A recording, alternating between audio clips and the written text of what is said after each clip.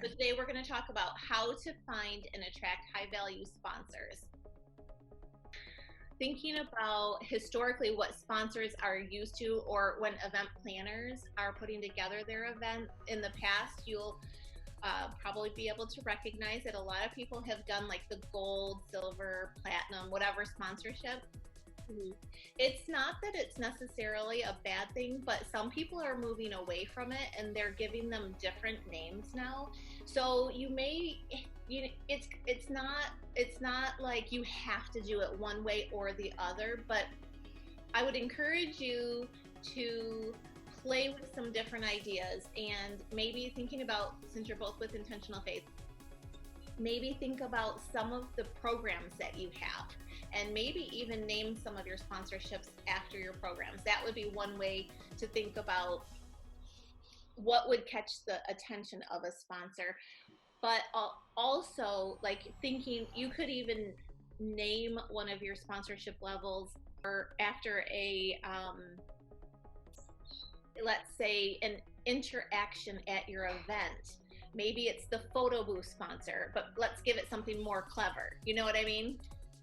Right. And what sponsors are looking for is they're budgeting for events and sponsorship, and they're looking for the return on their investment. So you have to put their shoes on when you're talking to them. Well, really, before you even talk to you, there's like a lot of behind the scenes work that happens before you ever get to be face to face with your sponsor or your potential sponsor. So it's all the brainstorming and footwork and research that you're doing package. That's what we're going to talk about today, is getting into how do you do the research, who are you targeting, what do they want to know, what's in it for them, and not only securing them for this year, but also future years as well. But understanding historically what we've done and how things are starting to evolve, I think, is an important thing to recognize, because you can certainly stick with the gold, silver, platinum, bronze, whatever. That's not necessarily a dinosaur, but getting creative is good, and also I think giving them more of an how do you say that word? Experiential. Thank you. Yeah, that word. When you can name something where they can associate it with what they're going to be sponsoring, Mm-hmm. you know, that Can't absolutely, yes, exactly. Right. Mm-hmm. I can see that. Yeah. Okay. So our next slide is an image I found on Eventbrite, and it's, one of those Venn diagrams where in the middle it's where that's that sweet spot of event sponsorship. So on the left we have sponsorship objectives and goals, and on the other side we have attendees' needs, wants, and desires. And we want to find that sweet spot for both of them so that everybody is going to be happy in the end.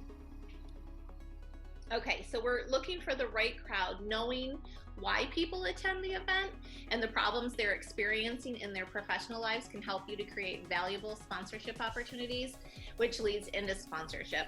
So, like when you're doing social media, Harriet, you're thinking about the pain points of the readers, right? It's kind of the same thing. Mm-hmm. We're trying to figure out what do our attendees want, and then we also have to match it back to our sponsors. So before seeking sponsorship, you have to truly know your audience. And so we're going to dig a little bit deeper. And what the sponsors want to know is the data points about our audience, the people who will be in attendance. And this is what's really going to secure people to your program and your events.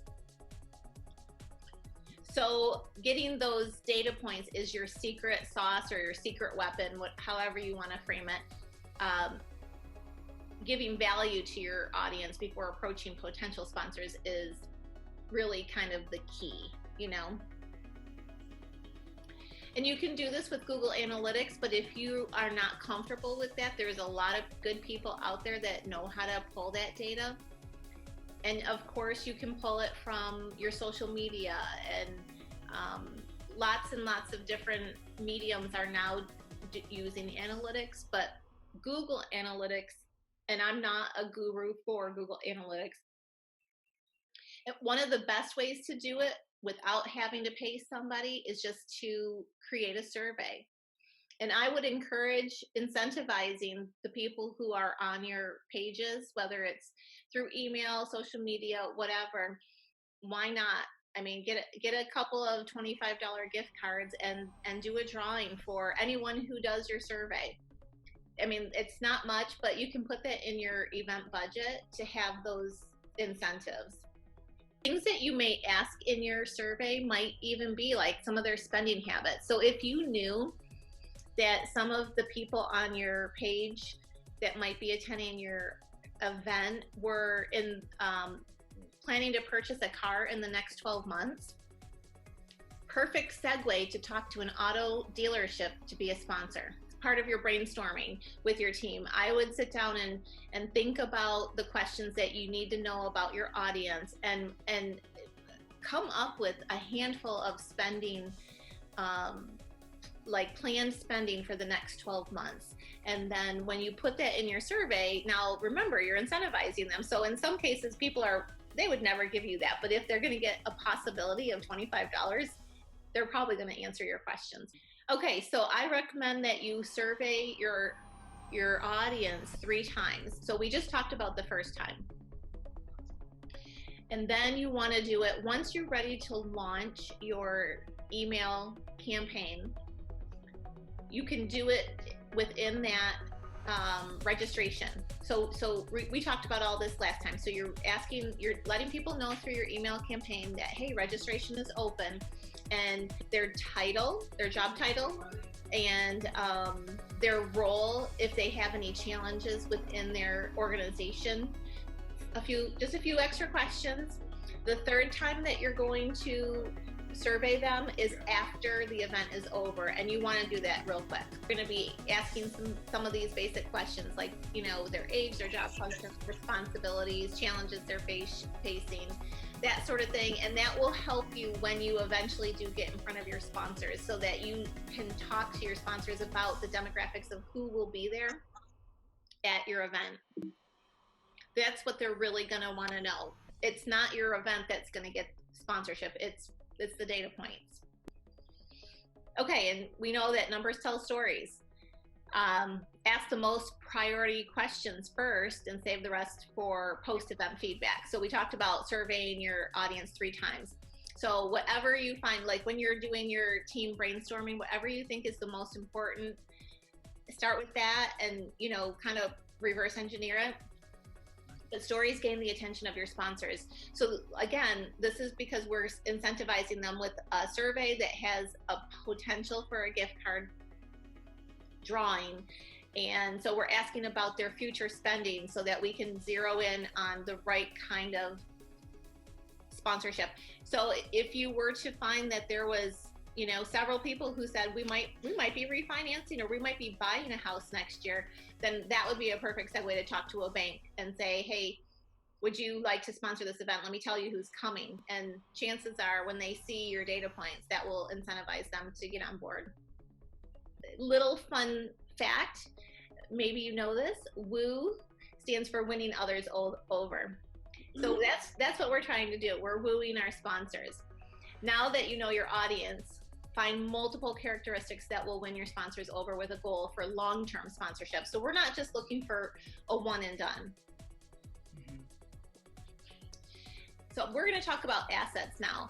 So I threw this picture up because when you look at this race car, you can see Firestone, you can see Morgan.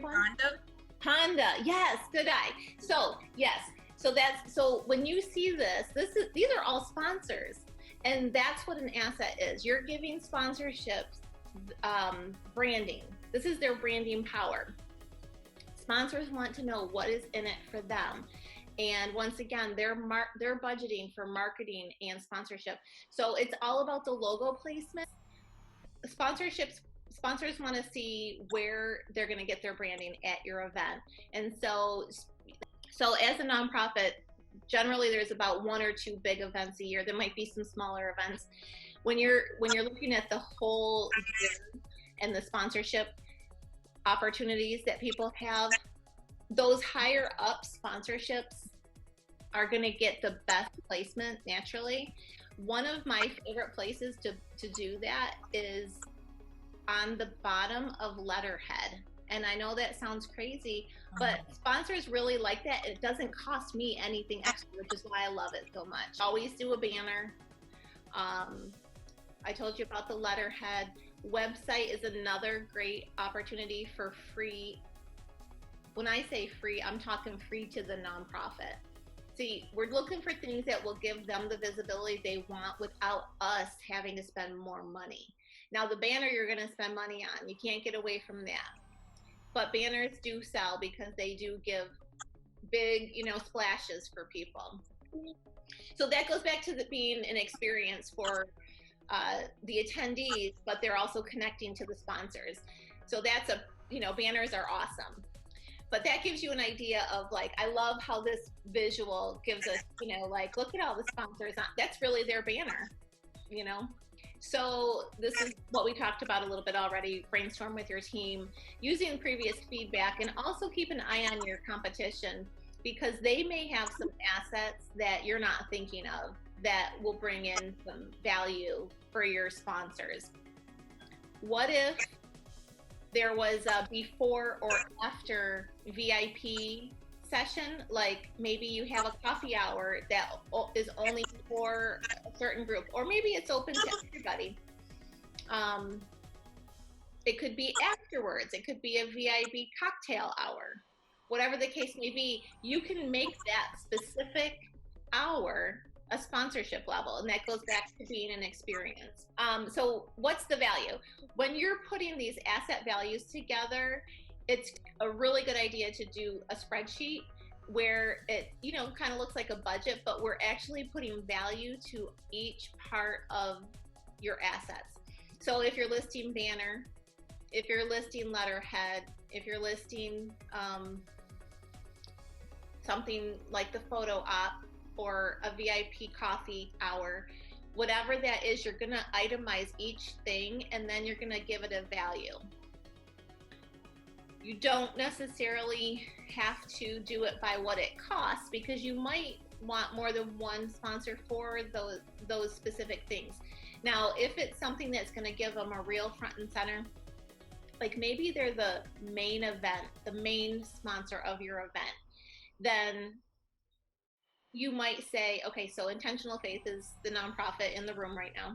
It could be, let's just say it's Honda of Decatur. It could be Intentional Faith gala event presented by Honda of Decatur.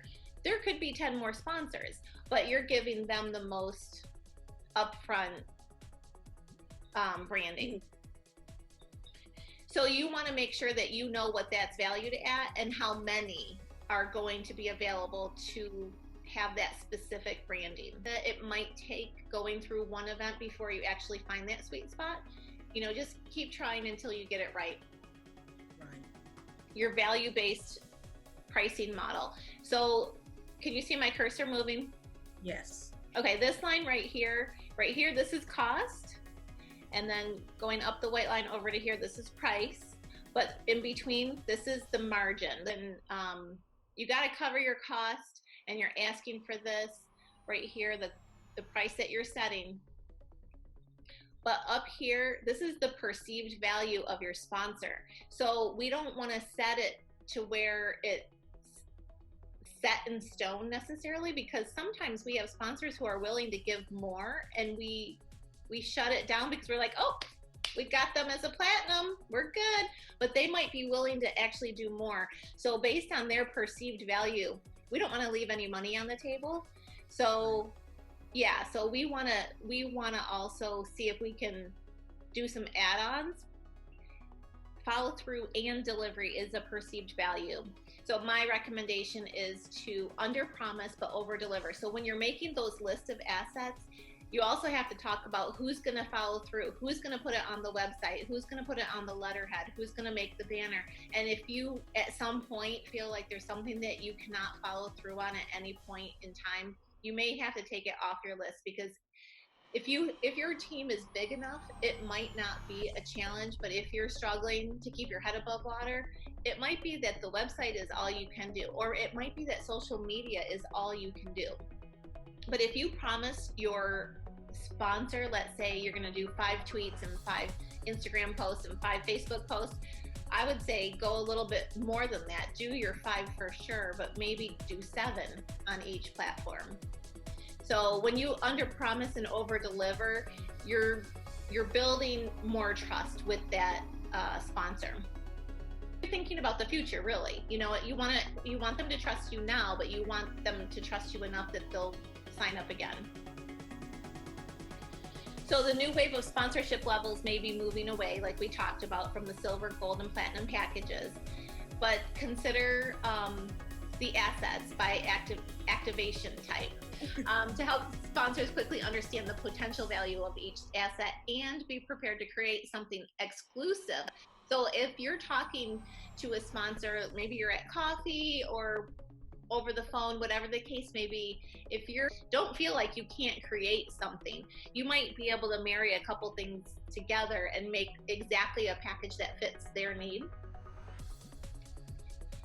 And I have samples of like a warm connection email and a cold connection email, and how you know, some of the words that you want to use. So your goal is not to sell them on sponsorship initially.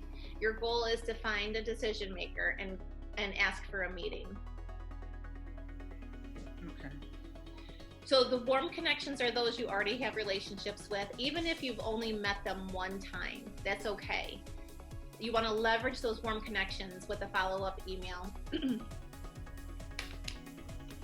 You probably can't read this, so I'll read it to you.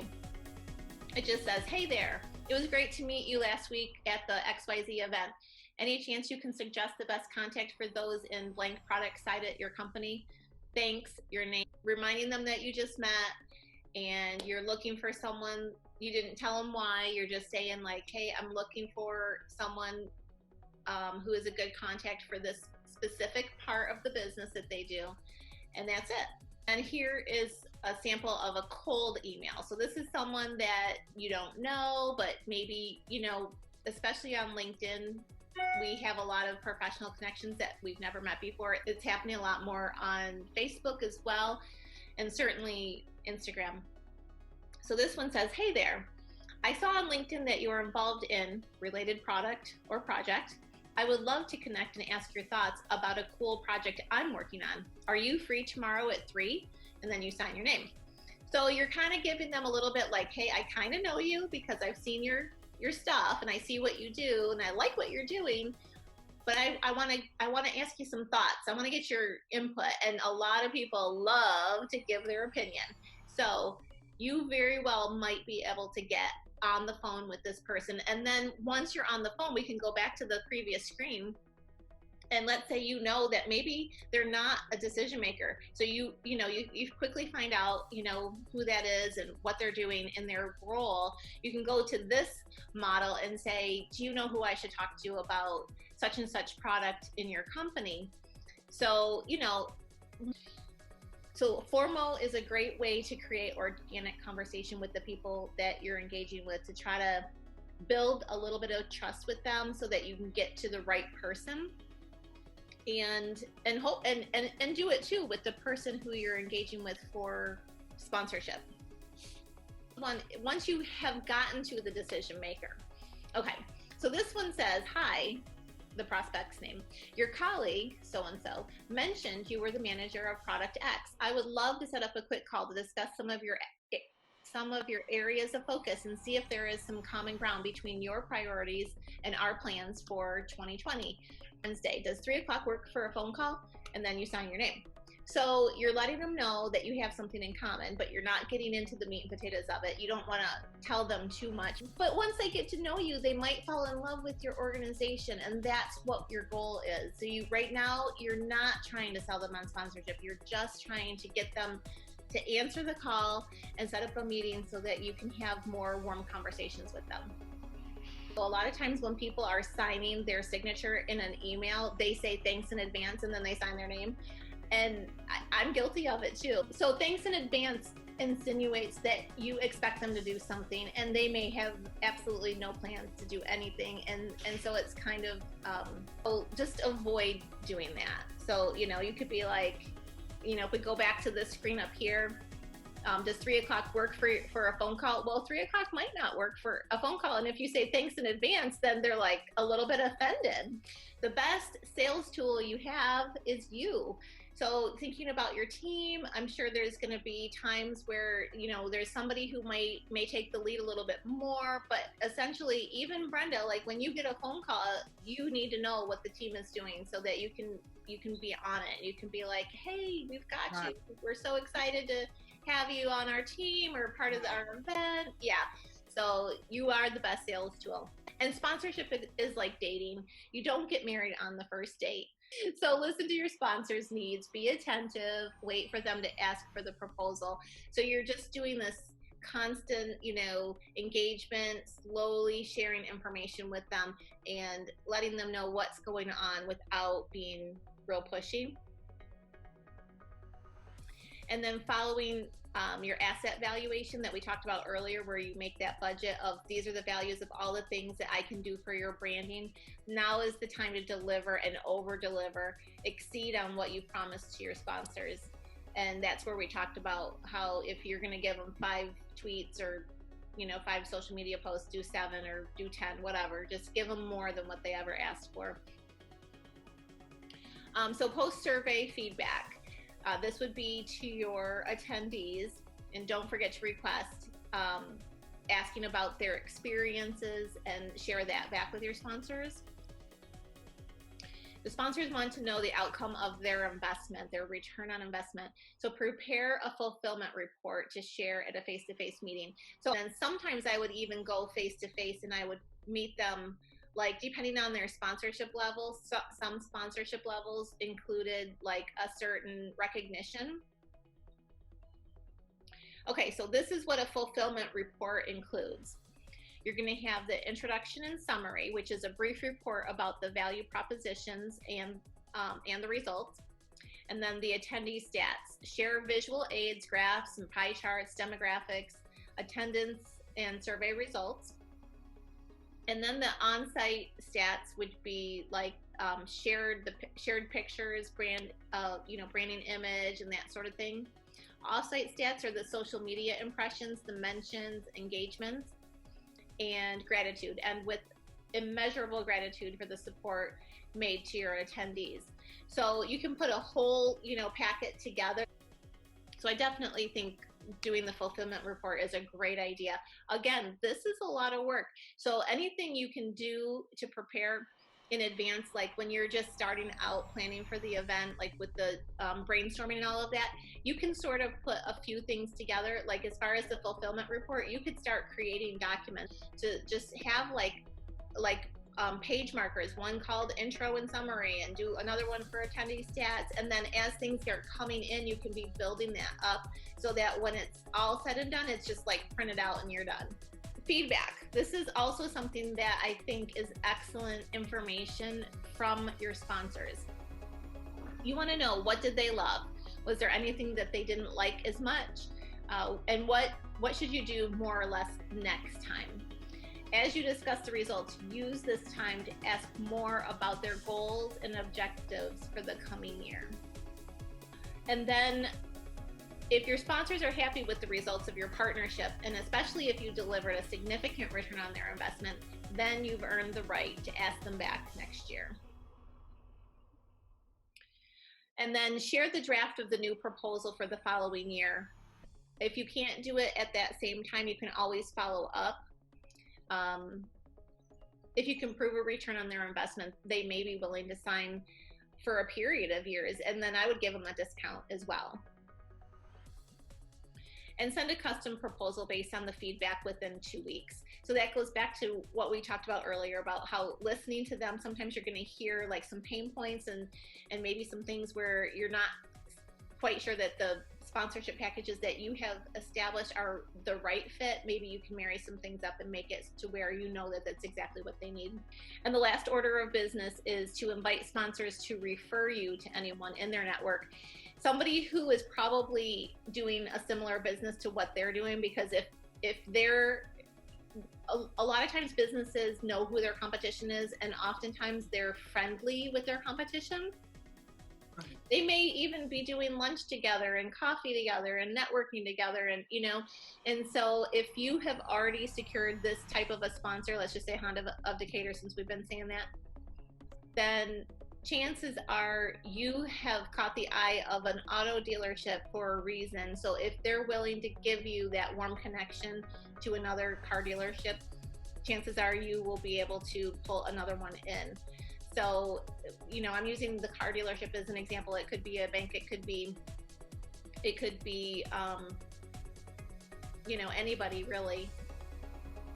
And then stay in touch and nurture that relationship. Definitely want to stay top of mind for your sponsors and stay in touch. I would recommend an email every so often.